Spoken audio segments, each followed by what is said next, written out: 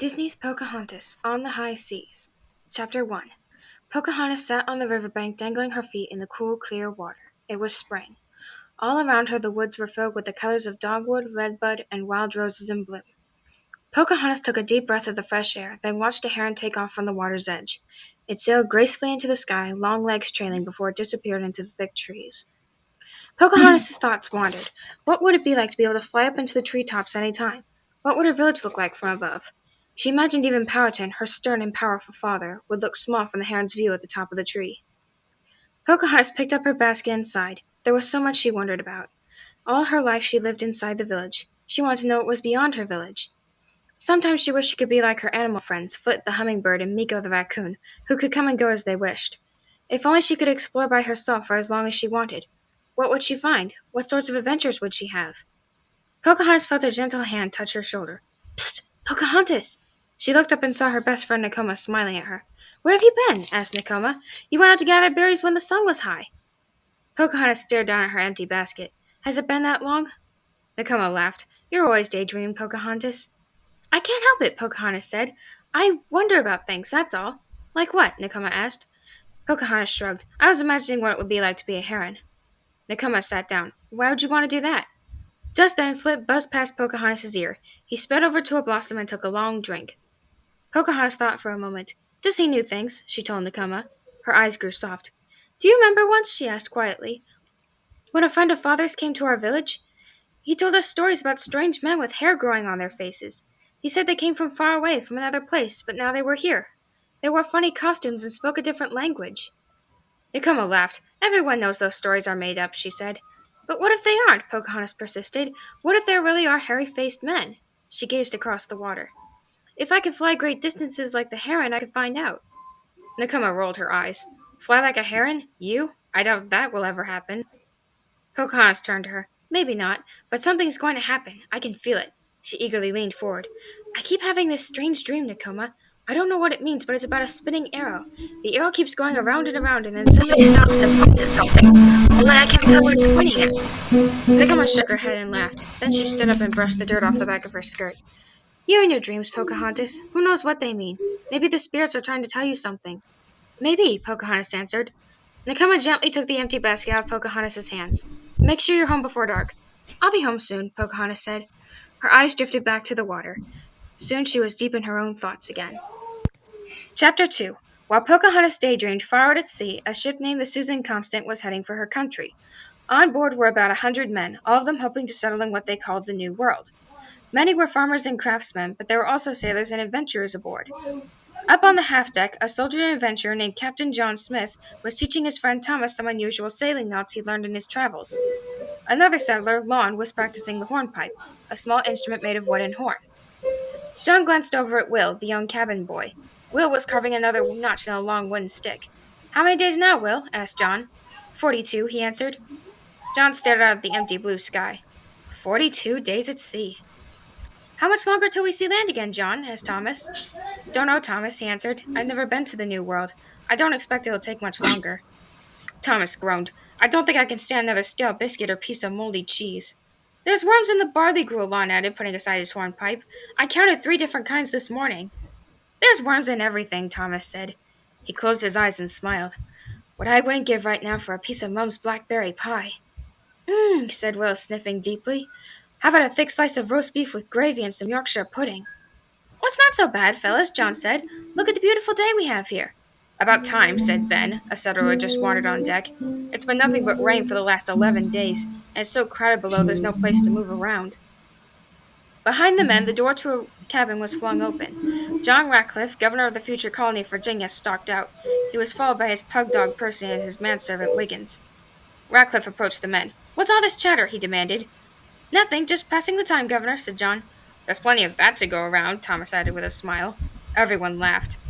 Ratcliffe's eyes narrowed. You think this is all fun and games, Thomas? Oh, no, sir, said Thomas. On the contrary, I was just making a joke. It's nice weather for a change, and so you decide to be a comedian, Ratcliffe said, finishing the sentence. Everyone became quiet. Thomas shifted his feet. Percy leaned around from behind Ratcliffe's legs and growled at Thomas. I've been informed, Ratcliffe said, that our helmsman Wilson is still sick with the fever. That leaves a short one man on the third watch tonight. His eyes moved across the group and rested on Thomas. Aha! The man who has lots of extra time! Thomas, you'll stand to the helm tonight. Thomas was shocked. Me? But I. John cut in. Pardon me for interrupting, sir, but Thomas hasn't had enough experience to stand to the helm. Why can't one of the seamen like George Martin do it? Ratcliffe looked at John impatiently. It's time Thomas learned, he said. We all have to pull our weight around here. Ben hopped up. But, sir, you want Thomas to learn to man the tiller on the night watch? I told you, Ratcliffe repeated stubbornly. He's got to learn sometime. But it will be dark, sir, John said. The other men nodded. Ratcliffe gave John a withering look. I don't think he's going to hit anything, Smith, do you? Behind Ratcliffe, Wiggins giggled. Ratcliffe spun around. It wasn't meant to be funny, Wiggins. Wiggins bowed deeply. Sorry, sir, but you do exhibit a biting wit, ha-ha. Percy looked up at Ratcliffe and whimpered. Ratcliffe reached down and picked him up. What is it, my precious? He cooed. Are you ready for your walk? Percy whined. His short, fat tail wiggled back and forth. Ratcliffe plopped Percy onto the deck. Wiggins, take care of Percy. Yes, sir, said Wiggins. Percy stuck his nose in the air and pranced past the settlers. As he went by Thomas and Ben, he growled. Same to you, pup, Ben said under his breath. Is there a problem here? Ratcliffe snarled. Oh, no, sir, Ben said. 42 days at sea and we're still happy as clams. Ratcliffe smiled. Good, he said. I expect a happy group. Chapter 3. That night, a squall came up, surprising everyone. John was asleep when he suddenly felt himself being hurled through the air. He slammed onto the floor, crashing into an iron-bound chest. Ow! Someone yelled. What's going on? In the darkness, men were being rocked and thrown about. Barrels and baggage slid back and forth. Must be a squall, John shouted. Not again, shouted another settler. The Susan Constant pitched violently to the left and then to the right. Icy water began pouring down the ladder. Wiggins stumbled down the rungs, wet and shivering. The governor says all hands on deck, he shouted at them. And has anyone seen my umbrella? From above them, Ratcliffe's voice floated down. Wiggins, are you keeping an eye on Percy? Wiggins' soggy shoulders slumped. Yes, sir, he called back right away. He disappeared up the ladder. The ship continued to rock and pitch. Lon tried to light a lantern, but the jerking motion of the ship made it impossible. Desperate cries were coming from above. All hands on deck, hurry! John spotted Ben and pulled him toward the ladder. Follow me, he called. Together they climbed the slippery rungs to the space above. Unsteadily, they made their way towards the helm. The wind was blowing ferociously. The ship rolled from side to side. Thomas was clinging to the whipstaff, the pole that controlled the tiller. The pole jerked from left to right. Ratcliffe was shouting. What are you doing, you idiot? Ratcliffe screamed at Thomas. Can't you keep that thing still? Thomas's face was pinched in concentration. The pole jerked back and forth. I'm trying to, sir. 10 degrees to starboard, Ratcliffe shouted. Can't you tell port from starboard? I keep forgetting which is which. Port is left, you fool. Right is starboard, Ratcliffe snapped. The ship leaned dangerously to one side and then to the other. Are you trying to get us all killed? Ratcliffe yelled. Ben rushed over and grabbed the pole. With all their strength, Ben and Thomas steadied it. Slowly, the ship began to straighten up. I've got it, Ben yelled. Thomas's face filled with relief. Thank you, Ben. He stared angrily at Ratcliffe. I don't know why he has it in for me, he muttered. Above them, the ship's giant sails flapped noisily. Thomas, Ratcliffe shouted, if you're no use at the helm, go above and help Lon and the others furl the sails before they all rip apart. He began to bark orders to the other seamen as John and Thomas made their way up to the main deck. When they got to the main deck, Thomas glanced up and gulped. Lon was slowly inching his way up the rigging or ratlines on the foremast. He looked as if he were hanging on for dear life as he climbed the shaky rope ladders. Thomas glanced at John. He can't be serious. Thomas, Ratcliffe shouted as he followed them on deck. This is no time for hesitation. Get up there on the double. I need you to shorten the main topsail. Thomas gasped. His face turned pale. But, sir, the main topsail was high up on the ship's main mast. Thomas would have to climb the ratlines up two enormous sails to get there. Then he would need to bounce on a line just beneath the yard, the crosspiece the sail was tied onto, and pull up the heavy sail. Get going, Thomas, Ratcliffe ordered. John shook his head in disbelief. Governor, he said, Thomas has never been to the rigging before. He's only a farm boy. You can't send him all the way out to the topsail. He'll be killed before he reaches it. Ratcliffe's face darkened. The wind howled fiercely as the ship crashed into the oncoming waves. If they didn't lower the sails soon, they'd tip over. Fine, Smith. If you think Thomas needs assistance, then both of you can go. Thomas turned to John, panicked. Will you help me? John nodded. Don't worry. We can do it. Just listen to me. I'll make sure you're okay. Hurry up, you two, Ratcliffe shouted. What do you think this is, a tea party for the Queen? At that moment, Wiggins rushed out of Ratcliffe's cabin. Under one arm, he clutched Percy. In his other hand, he held his umbrella. Look what I found, sir, he exclaimed, cheerfully waving the umbrella. Now I'm ready for this nasty weather. A gust of wind blew past Wiggins. The umbrella turned inside out, throwing him off balance. He spun out of control toward the side of the ship. "Watch out!" Ratcliffe yelled. Still clutching Percy, Wiggins managed to grab the ship's railing before he and Percy sailed overboard. "You idiot!" screamed Ratcliffe. "You almost lost Percy!" Wiggins glanced miserably at Percy. Percy snarled. In an irritated voice, Ratcliffe said, "Get Percy inside the cabin, Wiggins." Ratcliffe spun around angrily and faced Thomas and John. "And you two, get aloft!" Thomas started to take an angry step toward Ratcliffe, but John pulled him back. "Come on, Thomas," he said. "No time for that. We'll get through this." Hunched over, they made their way to the rigging and began to climb. They moved up slowly, hand over hand. The ship pitched violently back and forth, and the rain pelted their faces. It was so dark they could barely see the lines in front of them.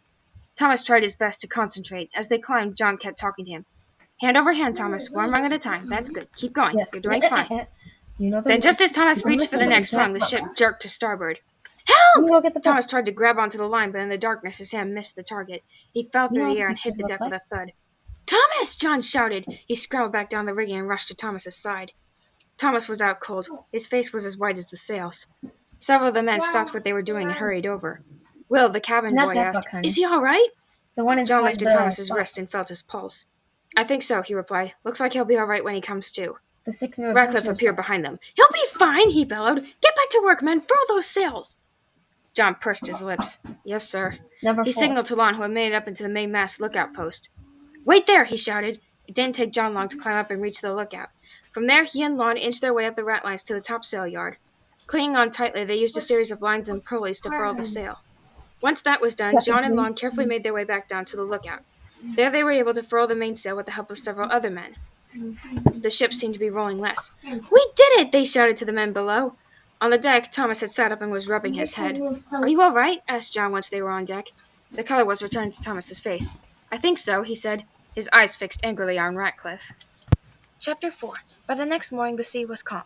Several seamen were up in the rigging busily repairing the torn sails. The settlers, exhausted from the night before, were resting on the deck. Long was practicing his hornpipe. Ben was next to him. A few of the other settlers were heating a small dry piece of salt beef over some wood coals. "Think that meat's going to taste any better now?" Ben called over to them. "At least it won't be full of worms," George said. He was scraping the mold off a bit of cheddar cheese. Ratcliffe walked up briskly. "Good morning, crew."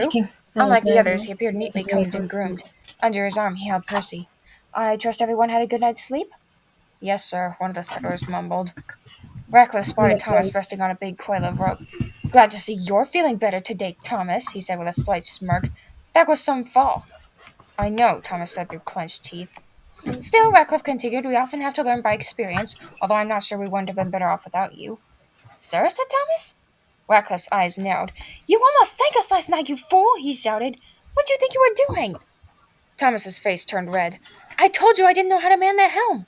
"You didn't know how to do anything," Ratcliffe stormed. "The only thing you did well was fall." Thomas bit his lip and stared at his feet. Everyone was quiet. Ratcliffe tapped his foot on the deck, then sighed. "Well, at least the ship is under full sail once again, no thanks to you." He rubbed Percy behind the ears. "And my little Percy is safe and sound. Did you know he was so filthy from being knocked around that Wiggins had to give him a bath in fresh water this morning?" Thomas looked up. "A bath, sir?" "The settlers had to save whatever fresh water was left for drinking." "Yes," Ratcliffe declared. "He smelled like a fish." Percy sniffed and began to squirm in Ratcliffe's grasp. Ratcliffe noticed the men eating the salt beef. "What is it, Percy? Are you hungry again?" He fished around in his pocket and pulled out a piece of ham. He dangled it in front of Percy's nose. "This is the last one for today," he said. "You're getting too pudgy." The men on the deck watched hungrily as Percy's jaws opened and shut on his juicy treat. Food was in short supply on shipboard, and each settler was allowed only a small amount each day. Ratcliffe looked around. "Well," he snapped, "what is everyone staring at?" The settlers turned their eyes away. "And why aren't you men busy?" Ratcliffe barked. "There are plenty of repairs to make after last night's storm. Thomas, quit lounging around and make yourself useful for once." Thomas stood up. Anger rose within him, but he controlled it and said, "What would you like me to do, sir?" Ratcliffe waved his arm. "I don't know. Think of something!" He stormed off. When he was gone, Ben pulled a piece of stale biscuit out of his pocket and angrily threw it down. It shattered on the deck. "Baths? Ham? Why should a dog be treated better than a man?" "Because he's not just any dog," Lon said. "He's the governor's dog." "Yaw," said Ben with disgust. "We'd be better off without both of them." Thomas gasped. "Ben, how can you say that? Ratcliffe is the leader of this expedition." "True," said Lon, "and things will be different in Virginia." "How?" asked Thomas, sitting back down. For one thing, Lon said, there won't be differences in rank as there are now. Just because you're a farmer, Thomas, that won't make you less than a nobleman like Ratcliffe. We'll all be the same man for man. Ben scoffed. You're dreaming, Lon. There'll always be men like Ratcliffe to push us around. We should take a stand. Lon is right, Thomas said. Where we're going, there'll be a new way of life. But Ratcliffe will be there, so how— Ben began. What's this? Asked John, who was wandering past. He stopped and sat down beside Thomas on the coil of rope. Don't listen to Ben, said Lon. He doesn't know what he's talking about. Thomas shook his head and looked around at his friends. Maybe he does. Maybe we have to take a stand against Ratcliffe. John gently placed his hand on Thomas's shoulder. Ben slammed his hand into his fist. Right you are, Thomas. We've had enough of Ratcliffe's cruelty. It's time for a new leader. Mutiny, Lon whispered darkly. Thomas stood up. Keep quiet, said John. You're making a big mistake. No, I'm not, Ben said. A new world calls for a new leader. Why should we listen to him? Hear, hear, said Thomas, clapping Ben on the back. It's time for revenge. Thomas, you can't do this, John told him. Oh, no, Thomas answered. Just try and stop us. Chapter 5. That evening a secret meeting was held in the hold at the bottom of the ship. Barrels of water, beer, salt meat, and other provisions were stored there. The hold was an unfriendly place, even for sailors. It was damp, dark, and smelly. Thomas, Ben, Lon, and several of the other settlers had gathered together. They sat huddled on some spare sails with a single lantern overhead. Rats and cockroaches scurried past. In a hushed voice, Thomas said, No one must know of this meeting. The punishment for mutiny is death. The other men nodded solemnly. Did you see Ratcliffe feeding his dog ham today? Asked George. We've been told for weeks there's no good meat left. I saw Wiggins eating good Cheshire cheese and dried fruit this morning at breakfast, said another settler. Cheese? Fruit? Exclaimed another. Why, the drinking water today was green. I counted 3 types of worms in it. And he's dining on good cheese and fruit? There was more grumbling among the men. He's hoarding all the best food, said Ben finally. And besides that, said Lon, he knows nothing about sailing. He should never have stood Thomas at the helm. Or made him climb the main mast, said another. Right, said Ben. I say it's time for us to choose a new leader. Lon spoke up again. I've been thinking about what Ben and Thomas said this morning. Ratcliffe has to go. Above them, the hatch to the hold creaked. The men looked up. Help! Wiggins crashed down the ladder and landed in the middle of the men. Percy tumbled down behind him. He leapt into Wiggins' arms, terrified. You! Shouted Ben. He jumped up and pointed a finger at Wiggins. You were spying on us, weren't you? Who, me? Said Wiggins. Don't be absurd. We were on our way down here to look for, apples. Right, Percy? He grabbed Percy and started edging his way back to the ladder. Liar, said Thomas. He looked at the others. Wiggins must have followed us down. I bet he heard every word. Who, me? Wiggins repeated. I never heard a thing. The word mutiny never came up. Wiggins clapped his hand over his mouth. Monotony was what you said, wasn't it? Boredom can be a terrible thing at sea. Get him! Shouted Lon. No! Help! Wiggins clambered up the ladder. No, you don't, said Thomas, grabbing his ankles. I know what you're up to. You're going right back to Governor Ratcliffe, aren't you? Let go of me! Wiggins yelled. He kicked his legs frantically. Never, said Thomas. Wiggins dangled Percy in front of Thomas's hands. Sick him, Percy! Percy nipped Thomas's hand. Ow! Stop that! Thomas yelled. He let go. Wiggins pushed Percy ahead of him and slipped through the hatch. After him! Shouted Thomas. We can't let him get away! Chapter 6. The men took off after Wiggins, dodging barrels, trunks, tools, and cooking pots. What's going on? Someone called from a bunk. Save me! Wiggins screamed. He tripped over a cooking pot but managed to hang on to Percy and keep going. Startled by the noise, Will sat up. What's happening? He yelled. Wiggins screwed around a table, bolted to the floor, and scrambled up the ladder. Don't let him get away! Yelled Ben, following Wiggins. In the moonlight, Wiggins dodged an open hatch and ran toward the bow of the ship. The men raced behind. Have mercy! He yelled. He circled back and headed toward the stern. Lon and Thomas tried to cut him off. Over here, Ben! Yelled Thomas. This way, follow me! They caught up with Wiggins, still clutching Percy. Aha! Said Thomas, grabbing Wiggins by the collar. We've got you now, said Ben, blocking his path. Don't hurt me, Wiggins pleaded. I beg you, can't we work something out? Like what? Asked Thomas. He loosened his grip. Percy leaned over and opened his jaws. Thomas dodged, but Percy was too quick. Yow! Thomas screeched. He bit me again! Wiggins let go and Percy dropped to the deck. He and Wiggins took off again, this time in separate directions. Come back here, yelled Ben, chasing them. With 3 quick steps, he caught up with Percy. Gotcha, he said, swooping down. Percy's fat little legs held helplessly in the air. Lon, called Ben. Get Wiggins before he reaches Ratcliffe. Wiggins was just about to knock on Ratcliffe's door when he heard Ben call his name. Oh, Wiggins, sang Ben. Wiggins stopped and turned around. Ben lifted Percy over his head. Missing someone? Wiggins gulped. The door to Ratcliffe's cabin swung open. Ratcliffe poked his head out. Ben clamped one hand over Percy's muzzle and stuffed the dog under his shirt. Ratcliffe held up his lantern. What's all the commotion out here? He asked. The men were silent as Ratcliffe's lantern moved from one to the next. His eyes came to rest on Wiggins. Wiggins, have you seen Percy? He asked. He isn't on his pillow. Wiggins broke into a sweat. I told you to keep an eye on him, Ratcliffe said impatiently. Wiggins nodded and wrung his hands. Of course, sir. If anything should happen to him, Ratcliffe went on, you're responsible. He turned on his heel and slammed the cabin door shut. Uh-oh, said Wiggins. Ben yanked Percy out from underneath his shirt. Whenever you're ready to make a deal, Wiggins. Percy's eyes bulged. Wiggins frantically waved his arms. Wait, he cried, I can be reasonable. Ben raised his eyebrows. You can? Oh, yes, absolutely, without a doubt, Wiggins babbled. Ben nodded to Thomas and Lon. Good, then let's talk. A hand clamped down on Ben's shoulder. No, Ben, said John, stepping into the moonlight. I think it's time we talked first. Chapter 7. Ben took a step back. Stay out of this, John, he said. John put out his hand. Give me the dog, Ben. Ben shook his head. Can't. Why not? It's between me and Wiggins. I won't say anything, Wiggins begged. Cross my heart, just don't do anything to Percy, please. I don't believe that, said Ben. The minute I let him go, you're heading straight for Ratcliffe to tell him what you heard in the hold. Thomas looked from Ben to John. He's right, John, he said. A few of us got together tonight and... John grabbed Thomas's shoulder. Listen, all of you! He glanced around to make sure no one else was listening, then said in a low voice, Mutiny is a serious crime. The punishment is death. Better be dead than under Ratcliffe's leadership, Thomas replied. No, you're wrong, said John. Think about what you're doing. We'll be off the ship soon and starting out together in a new world. Think about what awaits each of you. Thomas, what about that big house you want? Thomas stared at the deck. What about it? Imagine! Your own land, your own house. You wouldn't have had that in England. You can work hard and get rich. Don't throw away your dreams because of a foolish plan to get even. Thomas was quiet. Lon said, It's more than that. Ratcliffe has been making our lives miserable for too long. John went on. True, he's a hard man. He can be cruel and impulsive. But think about what's ahead for us. Lon, I thought you wanted to open a blacksmith shop. In England, you would never have been allowed to do that. Your family are all farmers. I hate farming, said Lon softly. I never did like cows. And what about you, Wiggins? Asked John. Who, me? Said Wiggins. Yes, said John. You're hoping to find gold in the new world, right? We'll be rich, crowed Wiggins. You're already rich enough, snorted Ben. You and this fat pug live like princes while the rest of us starve. Forget about that for a minute, Ben, said John. What are you hoping to find in the new world? Gold, said Ben. Adventure? So you and Wiggins can both be rich. We can all be rich. I don't see what that has to do with our plans, said Ben. I still say we get rid of Ratcliffe. I agree, said Lon. He's gone too far. Thomas, who had been listening quietly, spoke up. Wait, I want to say something. Maybe John has a point. Don't listen to him, scoffed Ben. Maybe we shouldn't be so short-sighted, Thomas went on.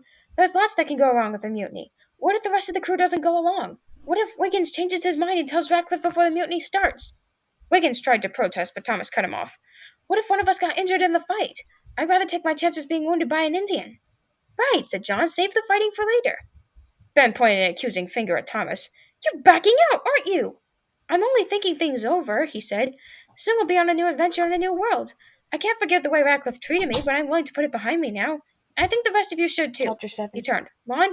I agree, Thomas. Ben? Ben shook his head. I don't like it. I still say we mutiny. Anyone else agree with Ben? No, thanks. Asked John. There was silence. From the lookout, one of the seamen called out, 10 degrees to starboard! The ship swung slightly to the right. The sea stood calm and the moonlight fell evenly across the deck. Thousands of stars splashed across the sky. Come on, men. It's late, said John. He took Percy from Ben and handed him to Wiggins. We've got another long day tomorrow. He looked Wiggins in the eye. And you will keep quiet about this or answer to me. Wiggins nodded and clutched Percy. Chapter 8. On the riverbank, Pocahontas felt someone gently tug at her hair. She turned with a start. Nakoma! Nakoma held out Pocahontas's berry basket. It was brimming with juicy wild strawberries. Pocahontas looked around. The sun had begun to dip down to the horizon. The air was growing cooler. Has so much time passed? She asked. Nakoma laughed. It's time to go, Pocahontas, she said. They're going to wonder what's happened to us. Behind Nakoma, Miko poked his head out of the bushes. He sniffed in the direction of the berry basket, then stole over to Nakoma's side. Just as he was about to reach his paw into the basket, Flit buzzed down and cut him off. Miko squealed and tumbled backward down the riverbank. He landed in the water with a splash. Pocahontas and Nakoma burst into laughter. Poor Miko, Nakoma said. Are you all right? Miko scrambled back up the riverbank and shook the water out of his coat. Pocahontas smiled and reached into the basket. Here you go, Miko, she said, tossing him a handful of berries. Tell Flit to stop being such a busybody. But Flit had begun a noisy conversation over the water with a passing seagull. Flit listened for a moment, then buzzed back to Pocahontas and Nakoma. He circled Pocahontas's head. Now what is it, Flit? She asked. What are you trying to tell me? Flit zipped out over the water and back again several times. Pocahontas and Nakoma laughed and shook their heads. Maybe you know something about your dream, Pocahontas, said Nakoma. Pocahontas sat quietly for a moment, and finally she said, "It's only the river, Flit. What's so different about the river?" Flit circled around Pocahontas' head once more and flew off. Pocahontas stood up. "Come on, Nicoma," she said. "It's late." The two girls chatted happily on their way back toward the village.